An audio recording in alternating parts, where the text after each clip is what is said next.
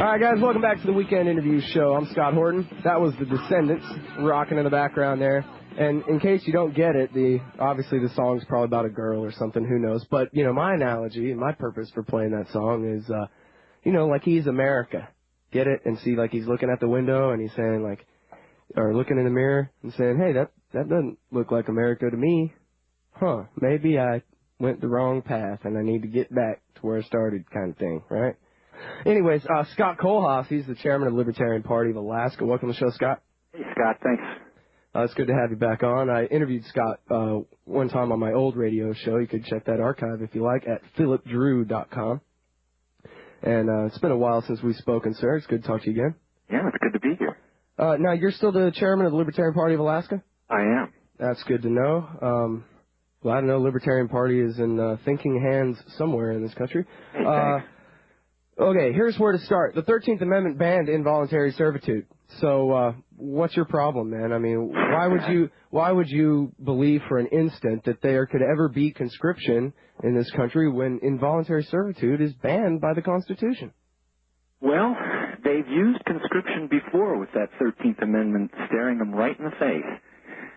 They used the line that says, government shall have the power to raise armies to justify wiping out the rest of the Constitution, because the draft, of course, violates all the rights that we have as Americans. And so the Supreme Court will always protect their power base, and so they'll always defend conscription if they have to.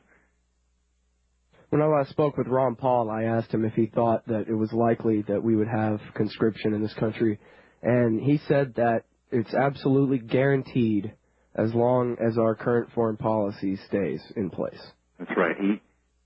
It's a good report. I mean, it's not good news, but you have to trust Ron Paul. We love Ron Paul, and I remember he testified at Paul Jacobs' trial many years ago, and Paul Jacob refused to register with Selective Service. So really? Tell me that story. Oh my gosh. Well, Ron Paul has always been opposed to conscription, well known throughout the libertarian movement and beyond. And so Paul Jacob was the past chairman of the Libertarian Party of Arkansas when he was in college 25 years ago. And as chair of the state party, he had a protest in front of a post office against draft registration. And he mentioned in that protest that he wasn't going to register. And so someone cut that article out and sent it to the Selective Service, and the Selective Service indicted them, basically. You know, they turned it over to the FBI, and they indicted Paul. And Paul was on the run for a couple of years, telling people that you don't have to register, that even if you're indicted like he was, you could still get away. So, you know, obviously anybody who refused to register and pretty much kept quiet about it had nothing to fear. Well, what an honor it was. They finally caught up to Paul in December of '84, and they put him on trial. And what an honor it was to have Congressman Ron Paul come and testify on Paul's behalf that the draft is indeed unconstitutional. And he brought up the 13th Amendment. And another great honor was that Ed Clark, the presidential candidate of the Libertarian Party in 1980, also attended the trial and testified. And so, you know, those two gentlemen will always be demigods to us in the Well, was Mr. Jacobs acquitted? No, he was convicted. He was sentenced to 5 years. My tongue, you know, my jaw dropped and my tongue almost fell out. But he was 6 months in jail and 4.5 years probation. All right, Scott Kohlhaas, he's the chair of the Libertarian Party of Alaska. We'll be right back on the Weekend Interview Show.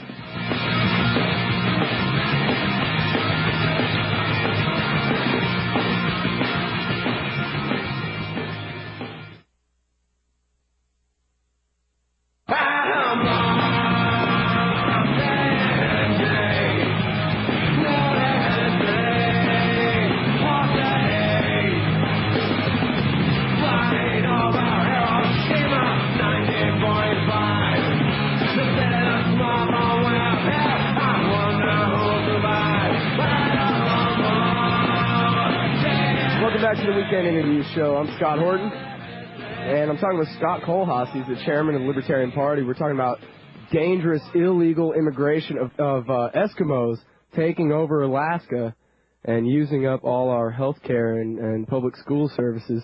Oh, Dang, got upside down and turned backwards from the last interview. No. We're talking about conscription. We're talking about the power of the national government to kidnap you and force you to murder people, or else they'll kill you.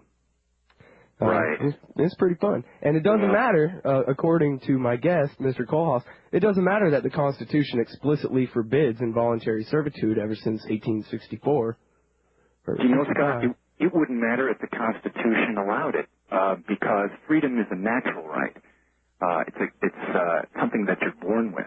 And so it wouldn't matter what the law of the land was. Conscription will always be wrong. In fact, Scott, as libertarians trying to achieve political office, we would never resort to conscription. Now, you know, Democrats and Republicans, they'll lick their finger, put it up to the wind, and whichever way the wind is blowing, that's the way they'll go. They have no principles. But even if, and I don't think this country would ever be in a position, but Scott, even if the country were on one knee, coughing up blood, and our enemies were about to finish us off with the final blow, even then we would never resort to conscription, because then we lose immediately. We've lost what we're fighting for. If we're going to be different, and if we're going to have something to fight for, then we have to have the freedom of choice to say no to things like military service and the tax and other mandatory things. If you don't have the freedom of choice to say no, what makes you different from the enemies who are using conscription, doing the same thing? Well, what would we be fighting for? The soil? The cloth of the flag? No, we fight for great ideas like freedom of choice and capitalism and all the freedoms that we hold dear. And so when they come to us for conscription, yeah, you're right, Scott, there's going to be a problem. You know, it's interesting. I mean, I appreciate your principled stand there that, you know, no matter what, even if we were on one knee and, I don't know, the Russians were pouring across the Bering Strait, you still don't justify conscription. I would just point out that they would never need conscription except in an unjust war. If America was actually under attack, does anyone in the audience have trouble imagining everyone hopping in the back of the pickup truck with their rifle to go meet the Germans on the coast of South Carolina were we to be invaded? You don't need a draft to defend the United States of America. You need a draft to force people to go to Vietnam and Iraq and other wars that most Americans do not believe in. And so you can pretty much equate the draft with aggressive war. People will call it defense of our way of life or whatever, but really it's just involuntary servitude that leads to prolonged aggressive war. It's funny how we come up with all these giant multi-syllable words for kidnapping. You know, like, that's all it is, kidnapping, if anybody else does it, right? Slavery. That's what it is. Well, you know, for the record, Emperor Bush Jr., II, and his Secretary of War, Donald Rumsfeld, have both denied strenuously that they have any intention whatsoever of reinstating the draft. Bush, during the campaign for his re-election, said, "Re-electing me is the best way to make sure that you're never drafted." And Donald Rumsfeld has said over and over again that we don't need it. We got plenty of troops. Did President Bush say, "Read my lips" first? Oh, no. Read my lips. No draft. I think this is the same guy that said they have giant warehouses full of sarin nerve gas. I'll tell you, you can't trust these guys. And, you know, their words say no draft, but their actions, as you said earlier in the program, and as Ron Paul said, they pretty much dictate a draft. If their interventionist foreign policy goes on and on and on, and I believe they're crazy enough to try to just go on and on, invading countries preemptively until they just run out of gas, you know, literally and figuratively. If they go on and keep invading countries, they will have to have a draft. They'll have no choice if they're going to maintain their system. So they're dedicated to their own destruction, basically. Because when the draft comes, I think you're going to see an uprising in this country. People do not want to pay for this foreign policy debacle. Well, I think it would depend on how soon the conscription letters came after another attack. If they were to try to draft us all right now, I think you're right that there'd be a big problem. But blow up a few more buildings and see what the American people are willing to tolerate. You're right. Selective service, you know, they're not stupid. They're robots, basically. They spend every hour of every day planning for the crime against humanity called conscription. And so I don't think they're going to try it. I mean, they see the American public is opposed to the draft, and they know that they're in deep trouble if they ever try to live out their fantasy. But what I think they'll try and do is they'll use a selective draft, a special skills draft. They'll get the Congress to draft linguists or computer experts or doctors or nurses and get people used to the idea of forced service to the state.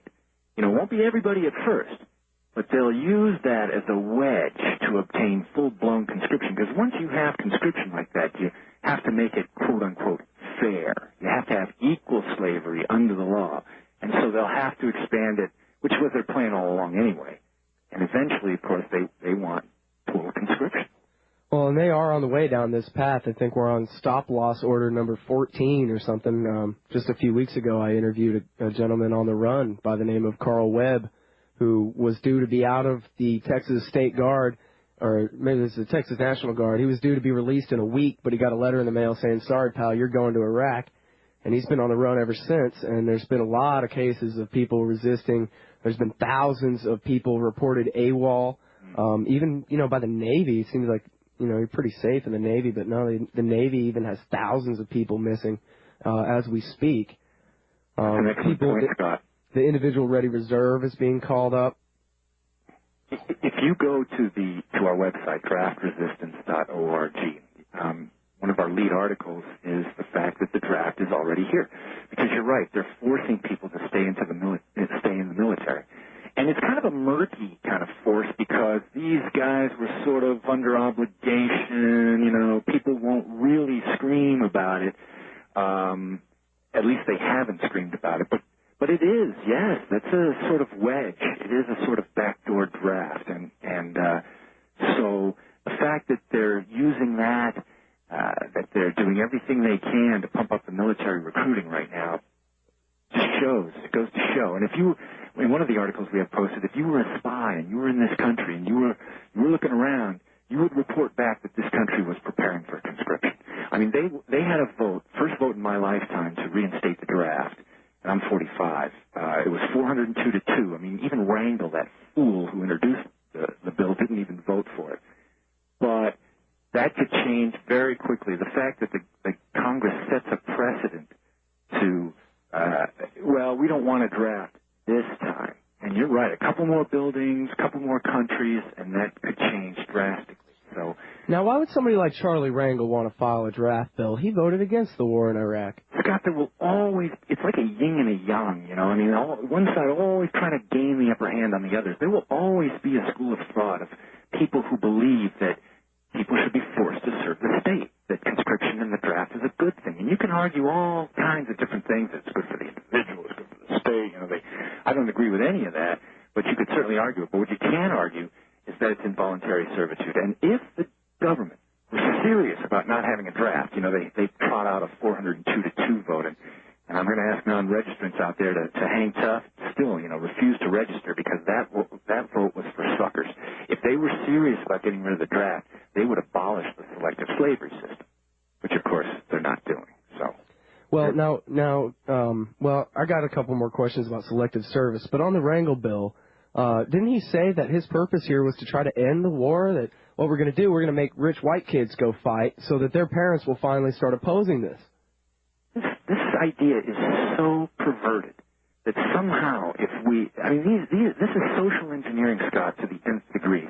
Somehow if we draft everyone, force everyone to serve, then somehow we'll catch up in this dragnet all the sons and daughters of the congressmen and senators and the leaders of our country. And then these people will go to this horrendous, aggressive war. And sure, people are dying all over the place, but this is the best way, because then when they come back, they'll talk to their fathers and mothers who are running the country, and they'll tell them how bad it is. And then the draft and the war will end. I'm telling you, Scott, these guys are sick. Well, Scott, you're a libertarian. You understand economics. Does it make sense that the state would be less likely to have wars when they have an unlimited supply of soldiers? Absolutely.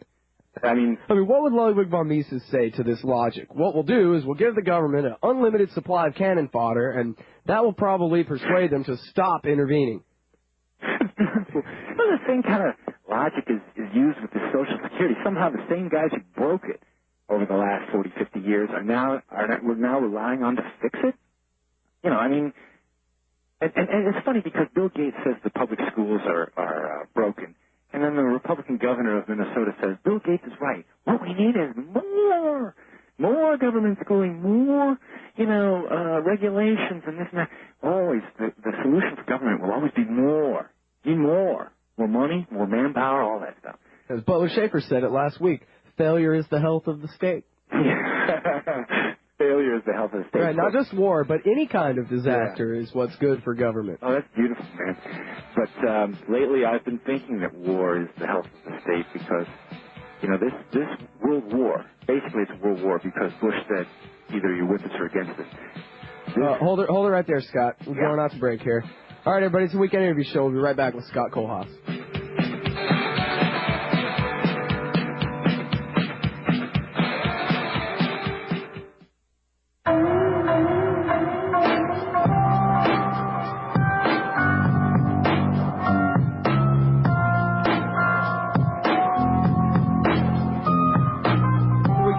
Show. I'm Scott Horton, and we're talking with Scott Kohlhaas. He's the chairman of the Libertarian Party of Alaska, the only state bigger than Texas. Man, I'll beat you up, man.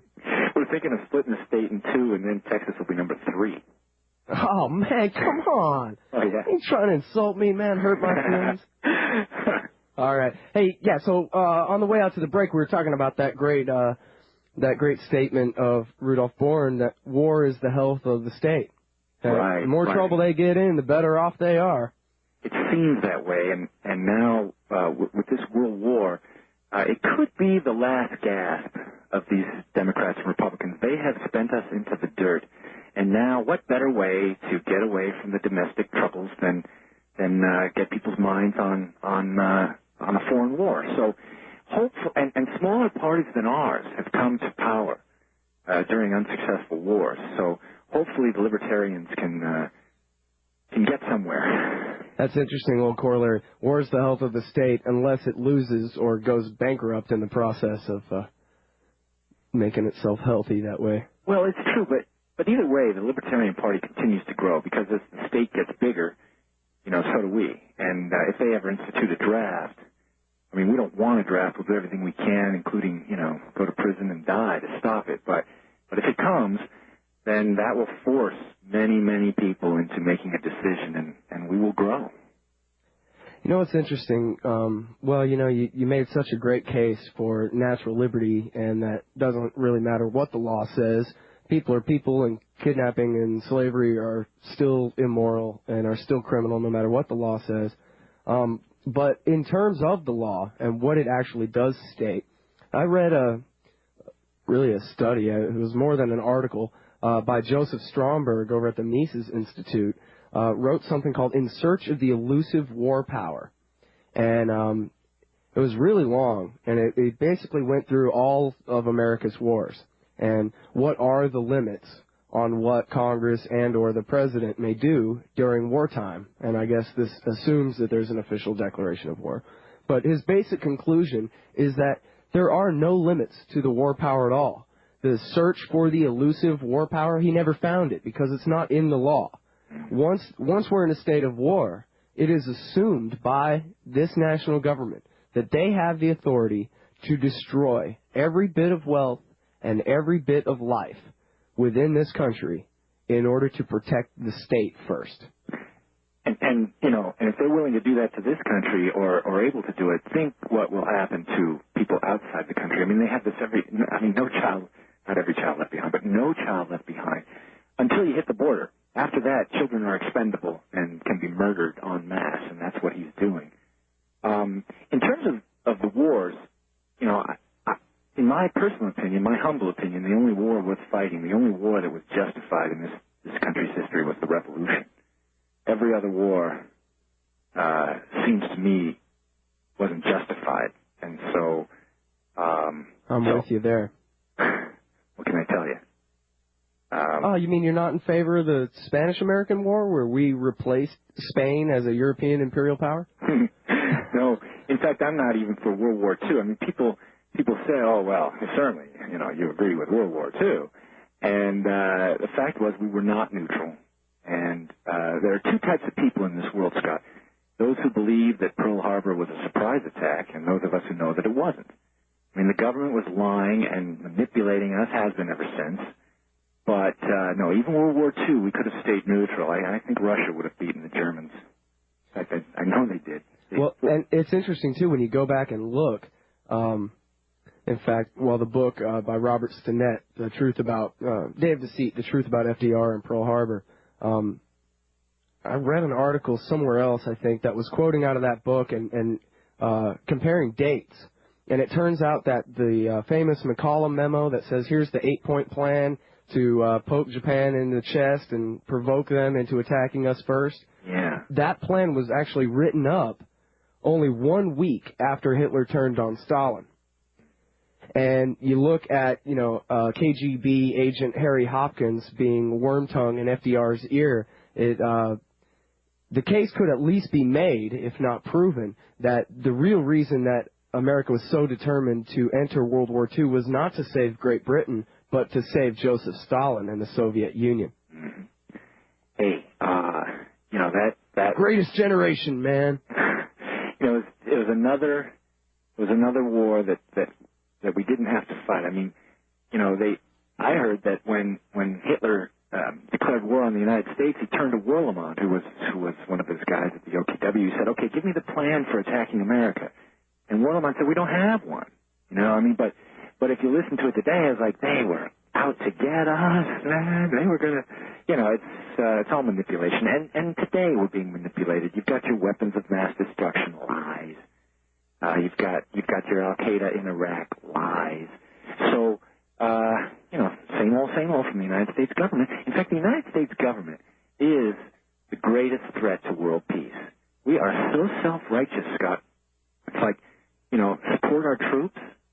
I don't think so. I mean, that's like waving the swastika and saying, I'm opposed to some of Hitler's policies, but we need to support those SS troops in Poland because those are our boys.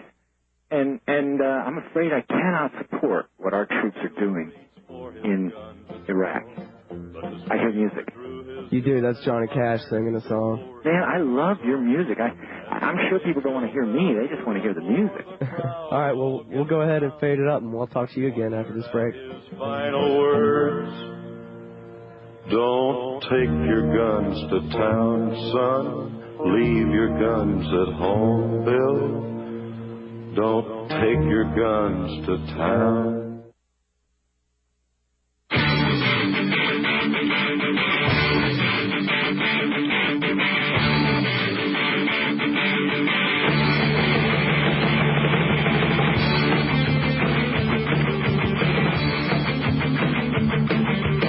Welcome back to the Weekend Interview Show. I'm Scott Horton, and I'm talking with Scott Kohlhaas. He's the chairman of the Libertarian Party of the biggest state in the whole Union, Alaska. Must be cold up there, man. It's like 80 degrees outside here today. I'll tell you, Scott, it is cold, and I wanted to apologize because my voice is probably going out. We're conducting a Libertarian voter registration drive up here. And oh, really? Yeah, we have to come up with several thousand Libertarian voter registrations to stay on the ballot. They recently raised the bar up here by a third, and so we've been out on the street talking. They raised the bar by a third? We used to have 6,900 voter registrations to be on the ballot up here, and now it's 9,349. And these are registrations, Scott. They're a little bit more difficult to get than signatures, but we're at 8,200, which is 1.7% of the voting population up here in Alaska. And I'm not happy to say, but I'm proud to say, and yet not proud, that no other Libertarian Party in the history of the movement anywhere in the country has had even 1% of the voting population registered Libertarian, and we're headed for 2% and beyond. And I can't tell you where critical mass is. It could be 5%, it could be 10%, but we're definitely headed in the right direction up here.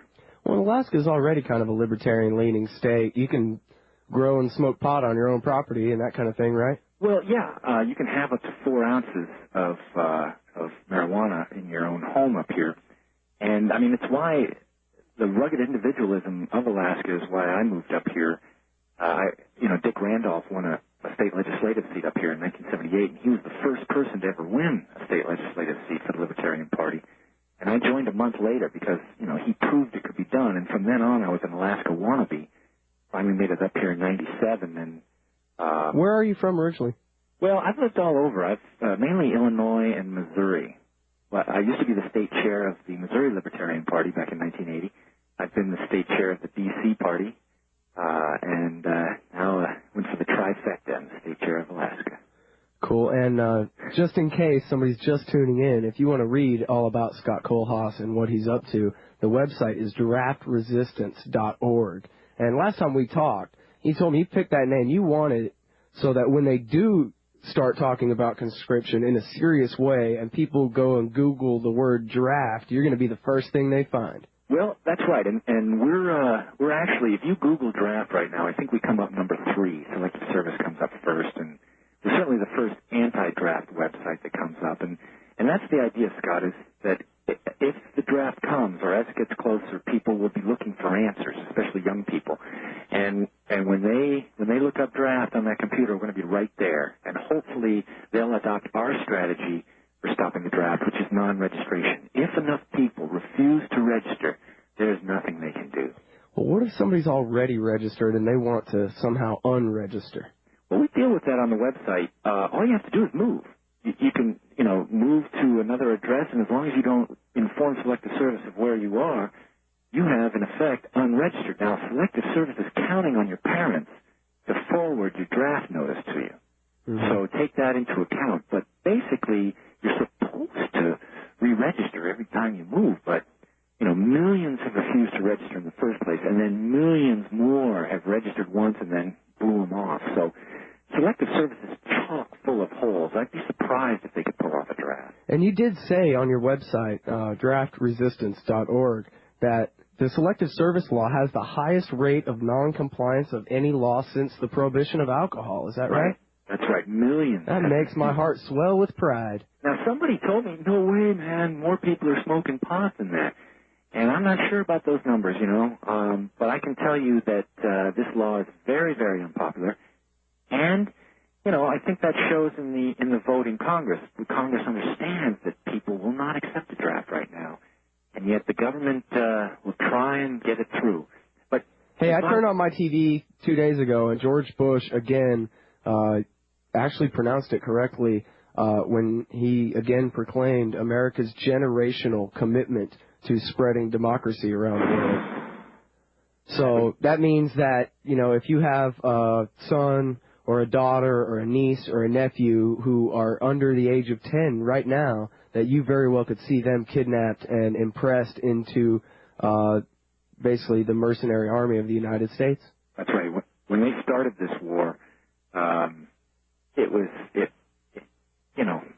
they said, no, we won't need a draft, this and that, but as it goes on and on, yes, they will. And Scott, I want to remind everyone out there that, the most important reason to refuse to register for the draft is because you own your life.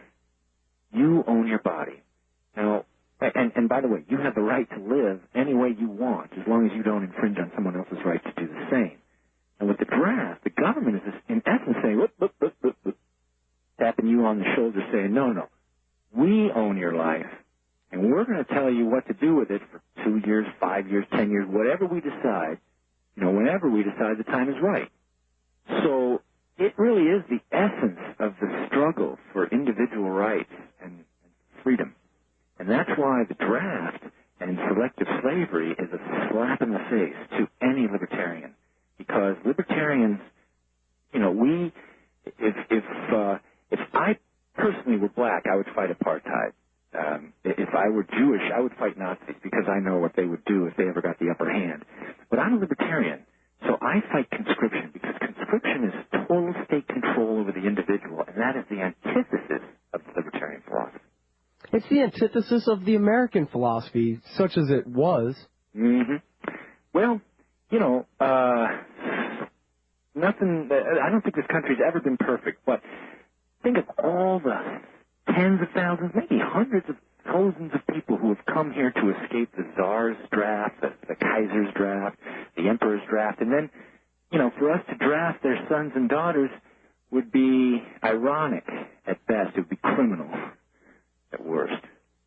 Well, it's actually been quite a while since I've said something like this. I ought to make it a point to say something like this every week, just in case there are any kids listening, anybody under the age of, say, 18 years old, listening to the show today.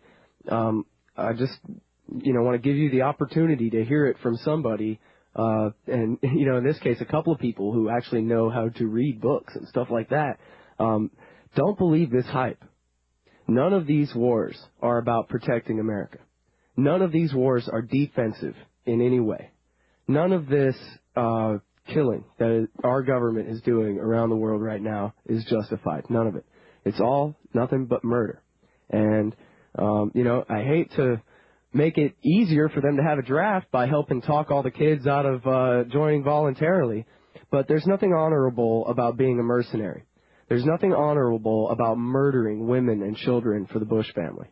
Nothing. Before the war, I would, we always tear down every selective service piece of material we can find. We call them every day at their 800 number and just leave the phone hanging. I mean, the website alone. What 1-800 number might that be, Mr. Kohlhaas? 1-888-655-1825. That's 888-655-1825. You call them up, you get a machine, and you just leave them hanging. You just let it go. And I called every once in a while, I get a busy signal. That's when you know you're really having an effect, because nobody's going to hang around for a busy signal. Hopefully it'll help, bring the system down. That website is a relentless attack on selective service. I can go to bed at night and wake up and we've had a couple hundred hits, and people, learning that it is truly a bunch of hype, Scott, when they say you have to register. I love non-registrants who I meet after time, and they said that they were surrounded by their friends when they were 18 saying, come on, Ted, you have to register. And somehow, something inside them, made them strong, and they refused, and they made it through. Because you really don't have to register. I mean, is the sky going to come tumbling down if you don't register? Well, they might arrest you and lock you in a little cage like an animal, right? Not for 20 years, Scott. They haven't prosecuted anybody for 20 years. And check this out. It's the policy of the government, it was anyway 20 years ago, and still is, to get people to register, not to prosecute them. So, if everybody just hung back and did nothing, I mean, essentially that's what we're asking you to do, is don't lift a finger to help selective service. But if everybody held back and they came to you, Mr. Joe out there, and they said, we're going to prosecute you, I would wait until you finally went to trial and then just go ahead and register, man. Sure, we lost you at that point. But think of all the time and effort and the millions of others they're going to have to get if everybody just held back. So it's mass civil disobedience, and if enough of it, we don't need everybody. We only need enough. And hopefully, if enough people refuse to register, if a draft comes and Billy down the street hasn't registered, well, Joey's not going to go because Billy's not going. And that's not fair. So hopefully the system will break down. I sure hope you're right about that. We try to gum up the system any way we can. That's right. And speaking of which, there was quite a bit of publicity in September of 2003 where the Selective Service put up a hurry up and join your local draft board notice on their website. And, of course, they took that down, but anyone in this audience could find those documents at thememoryhole.com. They have all that stuff. And, in fact, I know a guy, I'm not going to blow his cover or anything. I don't know how much public knowledge this is.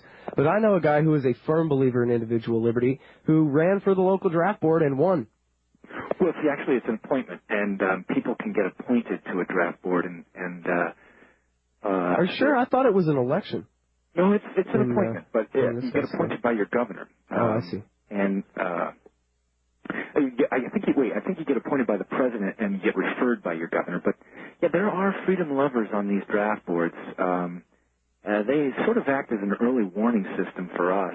When the draft comes, we'll know about it beforehand. But all you have to do is swear that you'll be fair and even with everyone. So if that just means that anyone who asks for a deferment gets one, well, as long as you're fair and you give a deferment to everybody. Well, that's why it won't, it only really acts as an early warning system because these people won't last more than 2 weeks if they give deferments to everybody.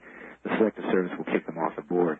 In fact, that's happened over the years. They've had peace activists get on boards, and then just even the mock trial or the mock draft board sessions, they're giving everybody deferments, and so Selective Service just gets rid of them. Though, if we could get freedom-loving people all around the country to get themselves on the draft boards, even if they only lasted a couple of weeks, that sure would be, speaking of, trying to gum up the works and throw a monkey wrench in there and that kind of thing. That sure would be a big deal, right, if the Selective Service had to fire dozens of people all across the country for letting people not be drafted? Agreed. It would be a big deal. But I think Selective Service, again, it's mainly for the early warning system that we have, people doing that. But one thing I want to tell you, Scott, you mentioned before about the hype and how they had this recent article about how the Selective Service was looking for draft board members. And really, that was picked up and people got all scared because we're in a world war and everything. But people need to understand that, again, Selective Service spends every day planning for the draft. When they say there are no plans for a draft, that is a lie because they plan every day for the draft. That's their job. They have a health care draft that's on the shelf.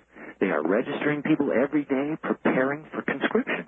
So, even though it looked like they were, they had a $28 million budget and they were looking, and people freaked out about that, and then they were looking for draft board members. They're doing this all the time. They've been doing this for 20 years. Selective Service is not a recent threat. It's been a threat for a long time, and it will continue to be a threat until people take action. And really, by taking, you can take action if you want, and I don't think it's illegal to call an 800 number. But what we're asking people to do is nothing. Don't help Selective Service. Do not register.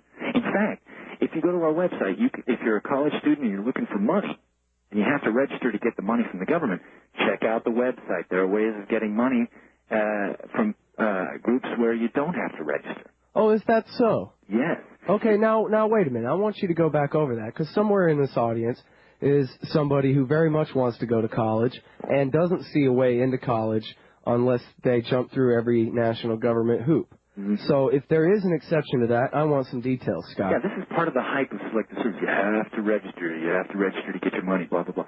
There's a group called the Fund for Education and Training. It's run by the Center on Conscience and War, And all this is linked to from our website at draftresistance.org. But the Fund for Education and Training is run by the Center on Conscience and War, and then there's another group that's giving aid to non-registrants. It's the Mennonites. So there are two funds with money sitting there for people, specifically for people who refuse to register for the draft. So you really don't, when somebody says, well, I had to register to get my money, that person didn't do the kind of research they should have done before they sign their name on the dotted line. And your signature is your sign of approval. When you sign that draft form, you're saying, in essence, I approve of the draft. I mean, because that's what Selective Service is saying. They hold your signature up and go, yeah, see, these people approve of the draft. So if you don't approve of the draft, then don't register for it, because otherwise you're sending Selective Service the wrong message. And if you need money, check out the website at draftresistance.org. How hard is it for someone, well, let's say short of conscription, but maybe someone who right now is being stop-lost? They're supposed to be out of the military, but the government's not letting them out. How difficult is it to get conscientious objector status? Well, I've never gone through it myself. I'm only reading about it just about every day, and I'm glad you brought up the fact that there are thousands of people who are resisting the war. And thousands AWOL right now. That's right. Yeah, I love it. And thousands more have applied for CO status. And it's really difficult once you're in. Once you're in the military, getting CO status is, they have a tendency to dissuade you from that because, they're fighting a war and they need killer machines. And if you're thinking, you're a threat. And, but then, if you're thinking of being a CO now, before the draft, then you need to start putting together a file of letters from your pastor or your rabbi or whatever, and letters from other people attesting to your opposition to war.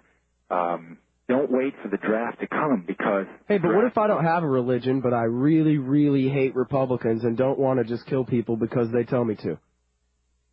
You better get a passport.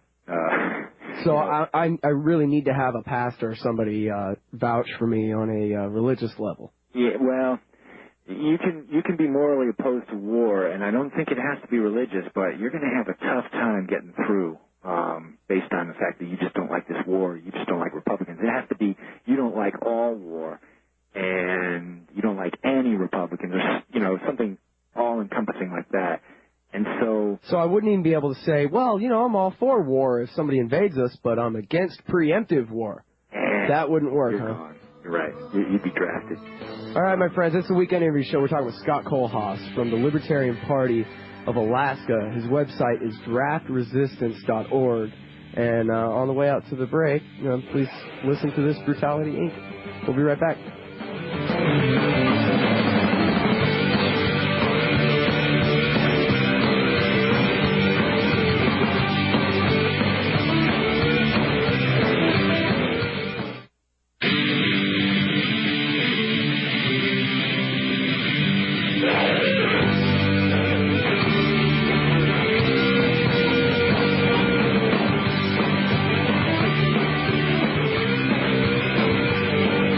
I'm Scott Horton, and this is my Weekend Interview Show.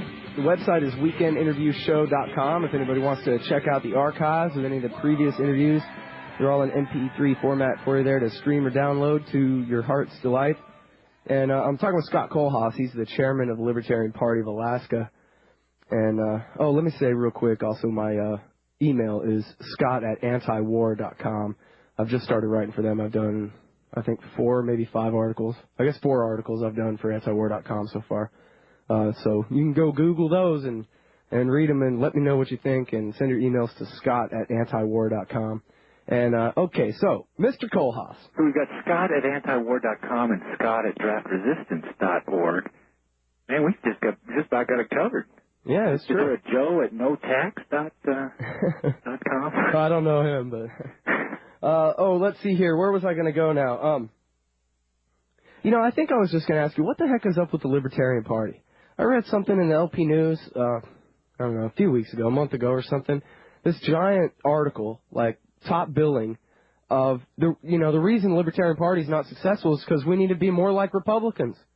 We have to compromise. We have to settle. We have to sacrifice our principles, or else we're never going to get anywhere.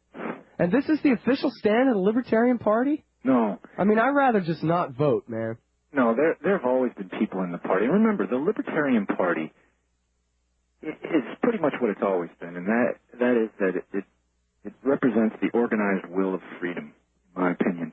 And the Libertarian Party is a great idea. The idea is that if we can elect libertarians to hold these offices, then we can prevent the other parties from using those offices to destroy our freedoms.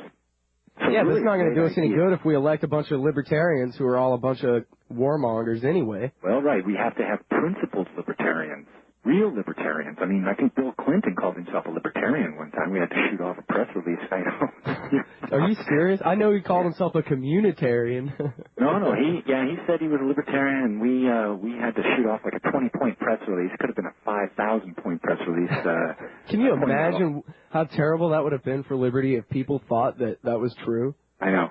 Well, see, that's the thing. I mean, people can take that quiz and come out 70-70, and that's all well and good. They can call themselves a libertarian, but we're not going to put a microphone under their face until they are closer to 100, because we don't want to confuse people out there. I don't really think you can be a libertarian and be for the tax, or, I don't think you can, like Sam Steiger in Arizona 23 years ago, he was a libertarian on everything except the draft. On everything except state control of the individual. He was right there with us. And I really don't think that you can be a libertarian and have such a fundamental flaw in your philosophy. So it's the consistency that attracted me. And what you're pointing out is the lack of consistency, and that's just people. Nobody's perfect, You find a guy who's pro-life, and he's given to the party, and gee, you don't want to kick the guy out, but at the same time, you want to explain we're a pro-choice party, and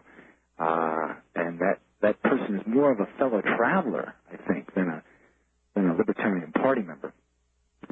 the Libertarian Party, again, it's a great idea, but there are actually... Oh, I'm getting music, man. Go ahead, man. You got 45 seconds. Okay. Well, the Libertarian Party is a great idea, but there are people in the party who think if we got rid of the certification, the I don't believe in or advocate the initiation of force to achieve political or social goals, they think if we got rid of that, or maybe if we got rid of the preamble, the statement of principles, that somehow thousands of people would come in. But, Scott, the truth is there's no substitute for rolling up your sleeves and going out and talking to people. And sticking to principle, I got a better idea. I say you kick out all the warmongers and watch the strength of the Libertarian Party double in an instant. I agree. As long as we're confused and we keep attracting pro-life people and pro-war people, we're only going to stub ourselves in the toe. If we should be going for the pro-choice voters and the anti-war voters. Scott Kohlhaas, draftresistance.org.